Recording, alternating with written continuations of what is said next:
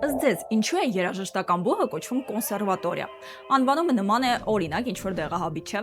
Կոնսերվատորիան ի սկզբանե նախատեսված է եղել որբերի համար։ Ամեն ինչ սկսվել է Իտալիայում 16-րդ դարում։ Կոնսերվատորիան առաջացել է իտալերեն կոնսերվարե բառից, որը նշանակում է պահել, պահպանել։ Դրանք բարեգործական ապաստարաններ էին, որտեղ պահում էին որբ երեխաներին։ Նրանց զարգացնելու, առօրյան հագեցնելու համար սովորեցնում էին երգել ու նվագել։ Պարապմունքները այնքան ինտենսիվ էին, որ այդ ապաստարանները վերածվեցին երաժշտական լուրջ հաստատությունների։ Հետզհետե կոնսերվատորիան կորցրեց բարեգործական նշանակությունը եւ ասոցացվեց երաժշտական բուհի հետ։ Հայաստանում Կոմիտասի անվան կոնսերվատորիան հիմնադրվել է 1923 թվականին։ Ուսանողները Հայաստանի շրջաններում գրառել են ժողովրդական երգեր, ձևավորել երգչախմբեր, իսկ 1924-ին Սպենդիարյանի եւ առաջին տնօրեն Արշակ Ադամյանի ջանքերով ստեղծվել է հայկական առաջին սիմֆոնիկ նվագախումբը։ Ստացվում է կոնսերվատորիան պահել է իր նշանակությունը երեխաների ապաստարանից մինչև մշակութային արժեքների պահպանում։